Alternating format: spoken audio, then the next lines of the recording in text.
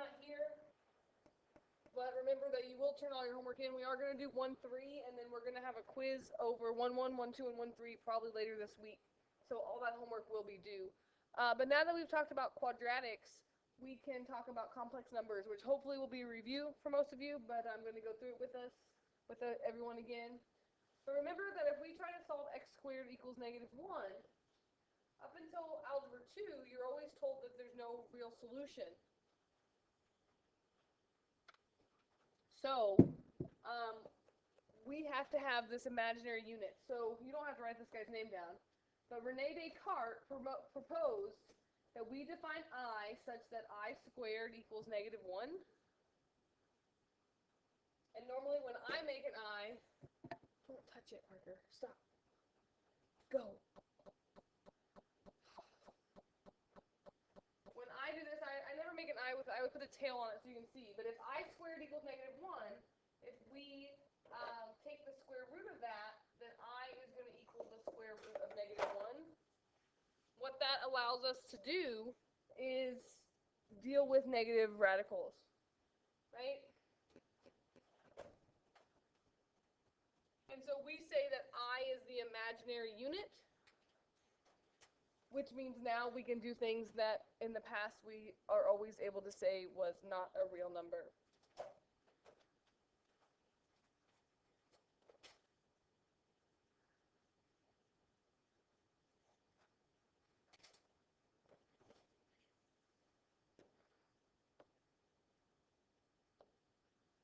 So now that we know about imaginary numbers, we can define the set of complex numbers as all numbers that can be written in the form a plus bi, right? Where a is the real part of the number, and sometimes it's just a real number, like 7, and bi is the imaginary part of the number. And if it's just an imaginary number only, it just has the I part.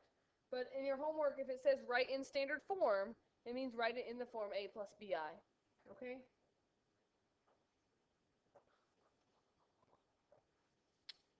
So basically today we're just working on operations with imaginary numbers before we get into solving complex equations. So remember that you can multiply with I just like you do with variables.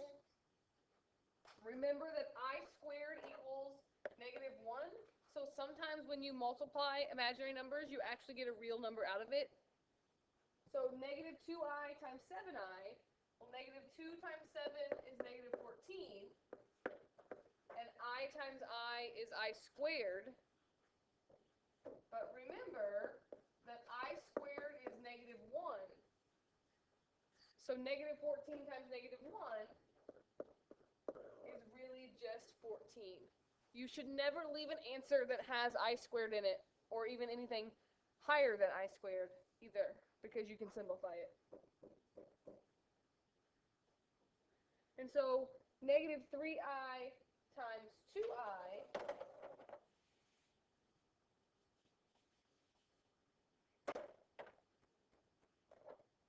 -3 times 2 is -6, and I times I is I squared, so that would be -6 times -1, or just +6.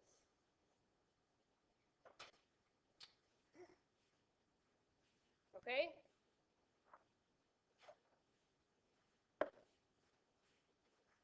So this is probably the most complicated part with imaginary numbers that people struggle with, is that we can actually use this to simplify all powers of I, because if you just rewrite it as I squared, then you can simplify it. So the big thing is you want to rewrite this as powers of I squared. So maybe we should do, I probably did these in the wrong order, but let's do even ones first. So let's do I to the 16th first. So let's do number 4 first. Wait, let's do this one. I could rewrite I to the 16th as I squared to what power? Remember, when you have a power to a power, you multiply the exponents. So if I put an 8 out here, 8 times 2 is 16. So I squared to the 8th is the same as I to the 16th. And so now I could say, well, I squared is just negative 1. So that's really like negative 1 to the 8th power. And negative 1 to any even power is just positive 1, right? So the answer there is just 1.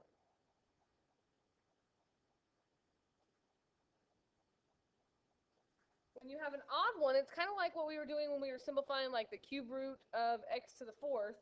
You have to see how many I squared you could take out, and you might have an I left over. So if we go back to number 3 now, I to the 35th, could I rewrite that as I to the 34th times an I? Because that adds up to I to the 35th. Because I need an even number to do I squared. And now I could say that's I squared to what power with an extra I left over? And 2 goes into 34, what, 17 times? So that's I squared to the 17th with an extra I left over. So that's negative 1 to the 17th power times I.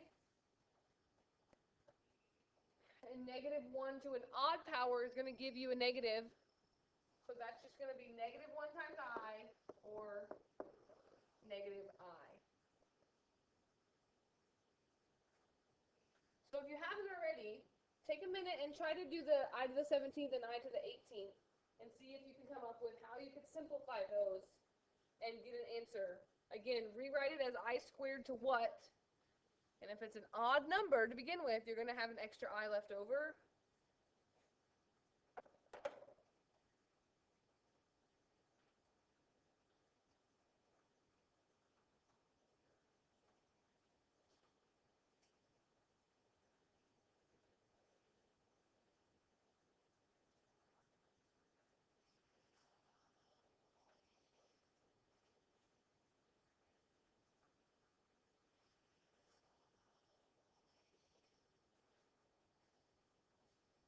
So, again, I think the even powers are easier. So, like, I to the 18th, I can just say that's I squared to what power? The 9th power, because 2 times 9 is 18. So, negative 1 to the 9th power, if it's an odd exponent and a negative number, it's going to be negative 1. I to the 17th, well, I can rewrite that as I to the 16th times I. I to the 16th we just did, but I'll rewrite it again. That's I squared to the 8th power, which is negative 1 to the 8th power times I, or that's just 1 times I, which is just I. So there's a few on your homework today, and there's some on the Unit 1 test from Ivy Tech asking you to simplify powers of I. So it's something that you want to make sure that you feel comfortable with. We can kind of summarize this a little bit.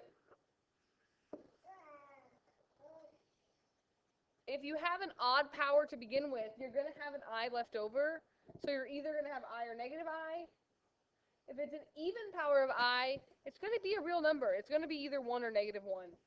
So make sure you kind of look at those. And there's a few of those on your homework today, and we can look at those tomorrow if you have more questions about them. But just try to work through it. Just try to think about how could I write that as I squared, and what could I do from there. All right, that's probably, I think, the hardest part that we're doing today.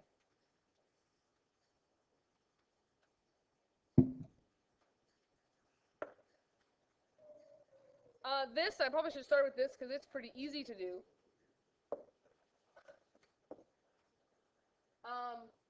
We can add and subtract, and again, just treat I like you would a variable. You can add and subtract like terms, and you just add the numbers in front. So if I'm adding these, I can add the real parts. So 6 plus 1 is 7, and then I can add the imaginary parts. Negative 4i plus 3i is negative 1i.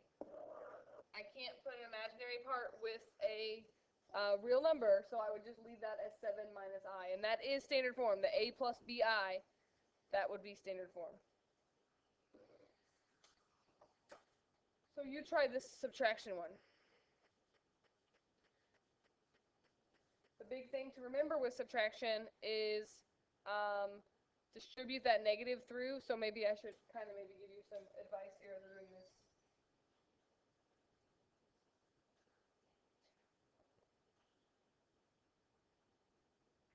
If I subtract this, right, you have to remember that you're subtracting everything.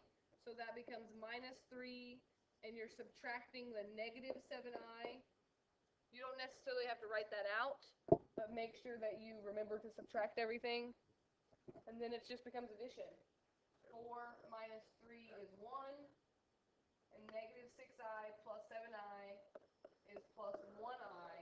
And again, just like an x, you can put the 1 in front of it if you want, but you don't have to. So adding and subtracting. What else can we do with this? We can multiply, we can FOIL things out. And again, keep in mind that I squared equals negative 1. So I'll do number 9, and then I'll let you work on number 10. If I work this out, 1 times 3 is 3. 1 times negative 6i is negative 6i. 4i times 3 is 12i. And 4i times negative 6i is negative 24i squared. And then remember that I squared equals negative 1, so you can simplify that, right? So I like to write it like this. I know that I squared equals negative 1, so that's really negative 24 times negative 1, which is positive 24. So now you can put some terms together. 3 plus 24 is 27. And you can put your i's together. Negative 6i plus 12i would be positive 6i. So if you haven't already, do number 10. FOIL it out.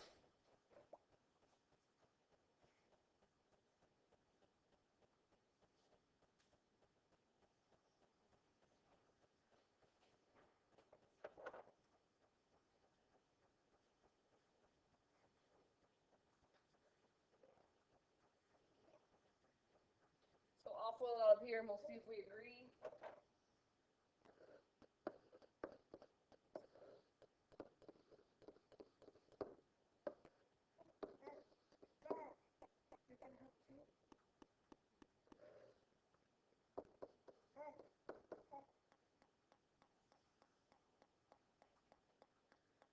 And again, so we'd have plus 6 times negative 1, or that's just negative 6. So 24 minus 6 is 18. And negative 24 and negative 6i is going to be negative 30i. There's no equation here. You're not solving anything. You're just simplifying. So you can just leave it like that.